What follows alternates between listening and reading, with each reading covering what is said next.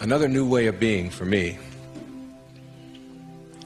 is to think of yourself in terms of personal authority rather than being an authoritarian. Personal authority. A person who has authority never needs to dominate anyone else, ever. Dominating doesn't become necessary. In business, you can have authority. The people who have the most authority are the ones who listen the most, and the ones who are the most conscientious about what do other people have to say. A person in a relationship who has to dominate somebody else and has to make the other person submissive shows that they don't have authority, because they're getting their power not from within for themselves, but on the basis of who they can control. And that never lasts. That never lasts. The only thing that lasts is having inner power, if you will. Know thyself. That's what Shakespeare said. Know thyself. The more you know yourself, the more you become honest with yourself, honesty becomes just a way of life. No, I don't think the world necessarily does, but you can't run your world. You can't run your world based upon what the rest of the people in the world want or don't want. To me, honesty is like, it's a karma that goes out into the world. How people treat you in the world is their karma. How you react is yours. And when you react to it with dishonesty, that's what you're putting out into the world, dishonesty. And when you put dishonesty out into the world, that's what's going to come back to you, because what goes out is what comes back. That all, as you sow, so shall you reap. I mean, it's in every great institution that there is in the world, whether it's a religion or a philosophy or whatever. What you put out is what comes back. Whatever you plant is what you're going to get back.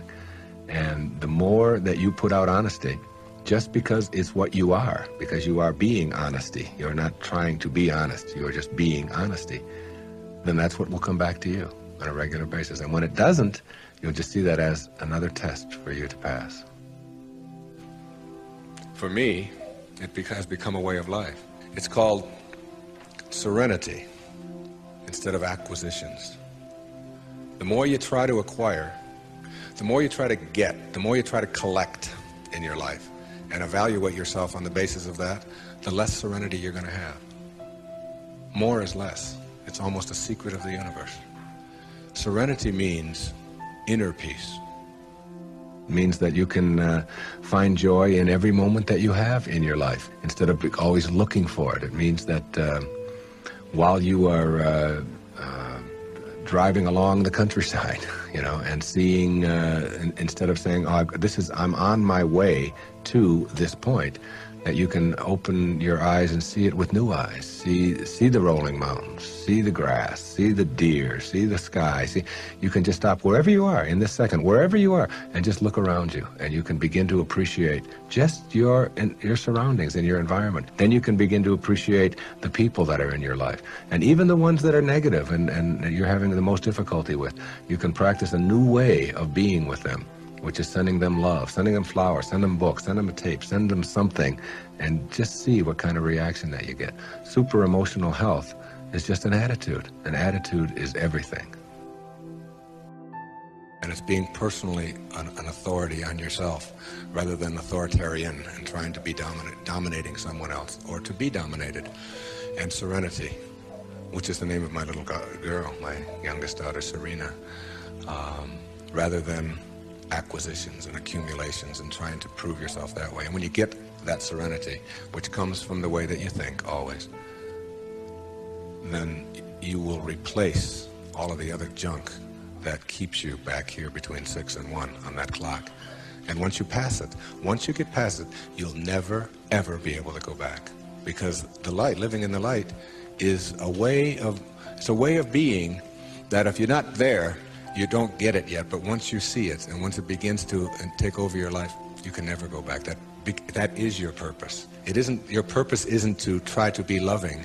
Your purpose is to be love, and only have that to give away. Choosing to experience peace by focusing on what you are for. You can experience peace by balancing all that transpires around you with God consciousness. There's nothing that requires you to react to evil doing with a non-spiritual mental response. You have a choice to put your mental energy into what you desire, and in so doing, create a new world. Let me tell you how I choose to respond to the bombardment of messages that focus on what's wrong in the world. First, I remind myself that for every act of evil, there are a million acts of kindness. I choose to believe that people are essentially good, and that by staying in this belief system, I help bring more of this consciousness to fruition. When enough of us take on this notion, we'll learn to live collectively in this peaceful awareness. Secondly, I know for certain that no amount of hatred in my heart will ever bring about peace. Hatred will only contribute more to the presence of those human-made destructive energies. So I choose to place my attention on what I am for, and on my feeling good. I support peace, not war. As Albert Einstein once remarked, I am not only a pacifist, but a militant pacifist. Nothing will end war unless the people themselves refuse to go to war. Unquote. I, as a recipient of the Einstein Award from the Albert Einstein College of Medicine of Yeshiva University, would humbly add, and unless people refuse to ever think warlike thoughts. In Long Walk to Freedom, Nelson Mandela wrote, "To make peace with an enemy, one must work with that enemy, and that enemy becomes one's partner."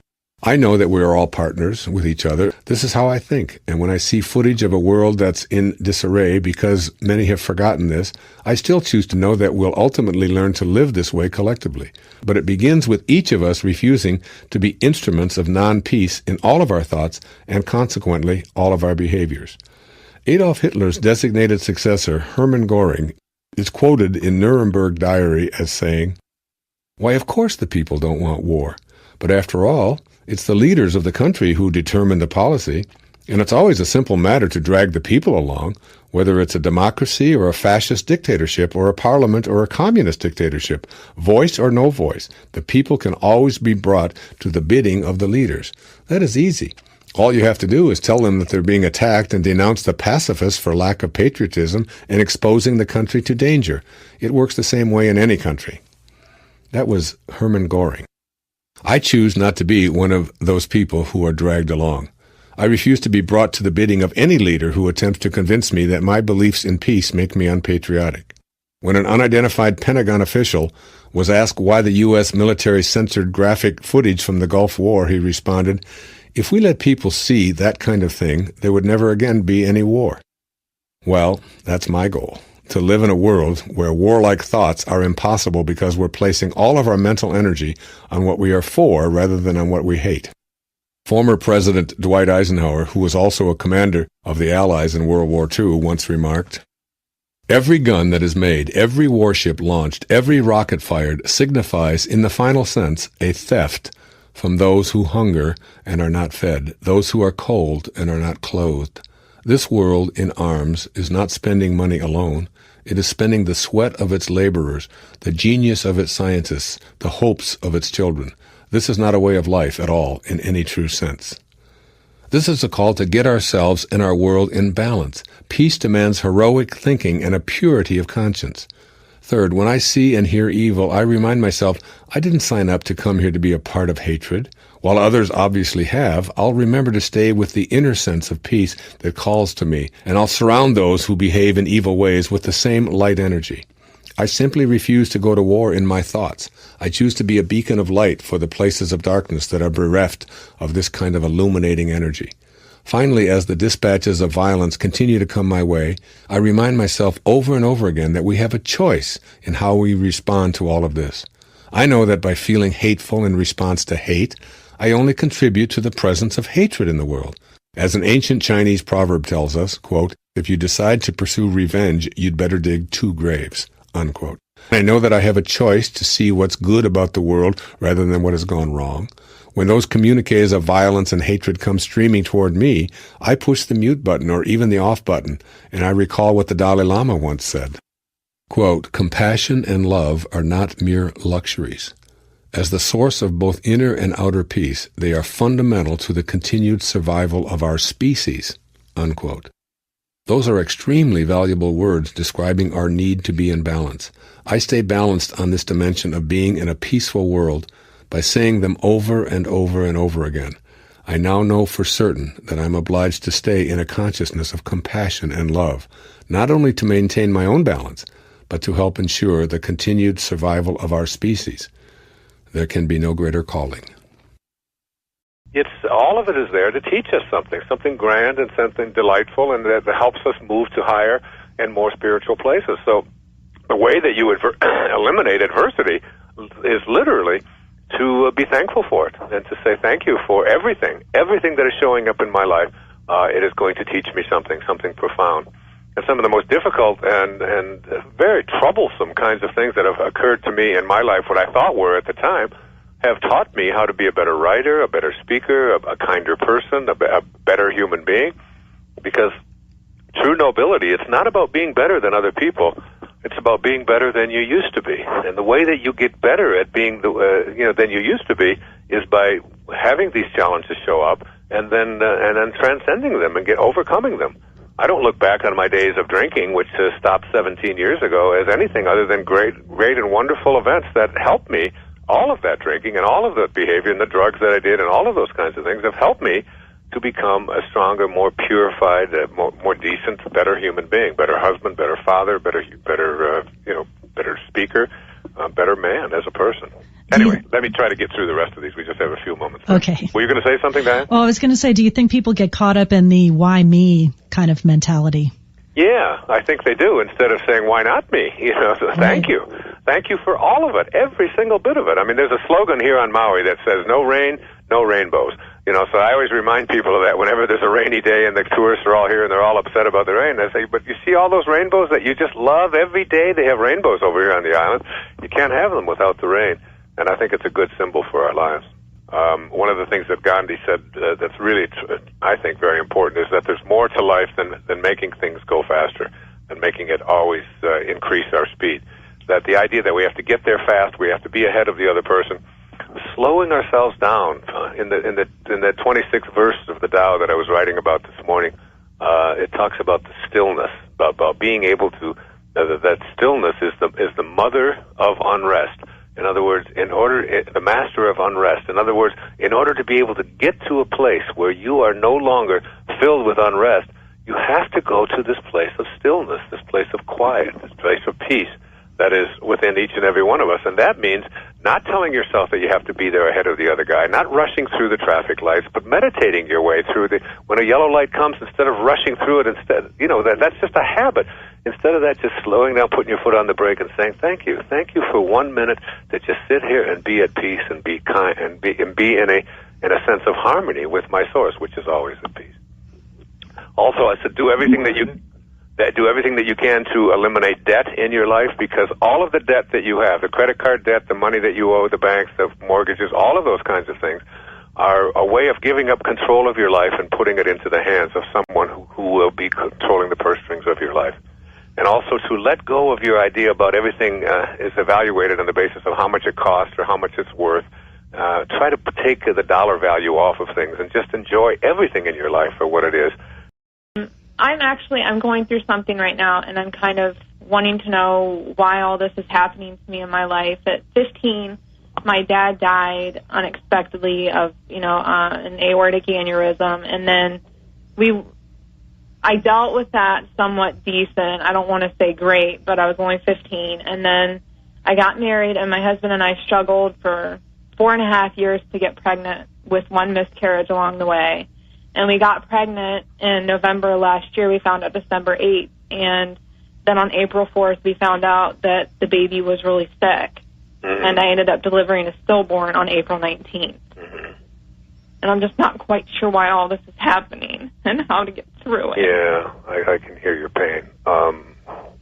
First of all, as you move along this path that I'm writing about, especially in inspiration, you find out that all of the greatest teachers who've ever walked among us, including Jesus, all of them, have taught us that death is not a punishment. That it is the inevitability of all things. That everything that composes decomposes, and the question isn't whether it's going to decompose. The question that we have as human beings is, how long is it going to take? How much time do we get? When you say the words, "My father died unexpectedly," my immediate response to that is unexpected to you. Yeah. But not to God, and not, and that the moment that your father was conceived and the moment that he showed up on this planet, his birth was here, independent of his opinion about it, and so was his death. And the same is true of the miscarriages that you've had and the stillbirths that you've had. That there's a perfection in all of this, and that these souls who showed up very, very temporarily, and then for whatever reason that none of us will ever be privy to, weren't ready to show up into this world. What you are doing with it is you're taking it personally. You're saying to yourself, why me, and how could something so terrible as this happen, and how much of this kind of thing do I have to put up with before I'll have peace in my life? And I'm saying to you, have peace in your life now, and even be in a state of gratitude for just the fact that you've been able to participate in the dance of life. You've already created life twice, and because it didn't last as long as you thought it should last, that's just our ego at work. Let it chase you. Let it follow you instead of being something that you're consumed with having to get. Because the more you're attached to the outcome, the more you're trying to get something that isn't what you really want. And this idea of knowing that divine intelligence will work in exactly the order and the preference and the time that it is supposed to. In the Course in Miracles, there's this often quoted passage that says, infinite patience produces immediate results. And it sounds like it's a contradiction, doesn't it? It sounds like a paradox. If I'm patient, infinitely patient, then I will have to wait a very long time. And this idea of attempting to hurry along the divine intelligence is something that we do with our egos all the time. Obviously, creation reveals its secrets by and by, as it is supposed to, as it is ordained. This principle of detaching ourselves from outcome, along with having infinite patience, is really essential to your manifestation process. It is inconsistent with what we have a tendency to think is the way things should be working.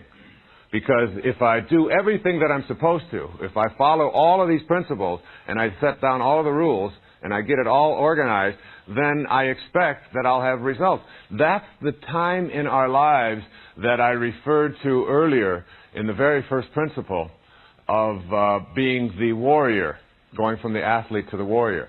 That's the time in our lives when we set our goals. And there's nothing wrong with setting goals. I've written about it and talked about it on many programs right here at Nightingale Conant and in many of my books. But the idea of thinking that setting goals and then just going about and having them show up is still the thinking that keeps us sort of stuck back at the warrior phase of our development.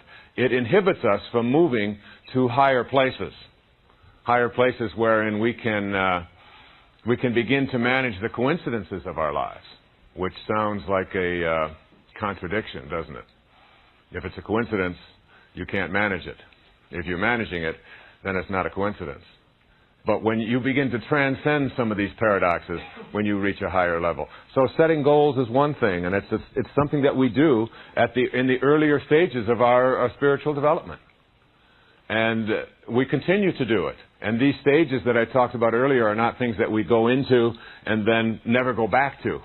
We go back, we come out of it, we go back. We're always moving in and out of these stages. The question is, what is my primary emphasis? Is my primary emphasis not only on setting goals, but in falling in love with those goals, and then insisting that those goals show up when I want them to show up? That is inconsistent with manifestation and with spirituality and higher consciousness. What you have to do is have your goals, which is what a tomato seed is. It's really a goal for tomatoes. But you have to then relax and turn your thoughts and your ideas and your consciousness and your awareness to your own purpose and know in your heart that it will manifest. You see, the key to relaxing about what it is that you would like to see manifested is the certainty of the outcome.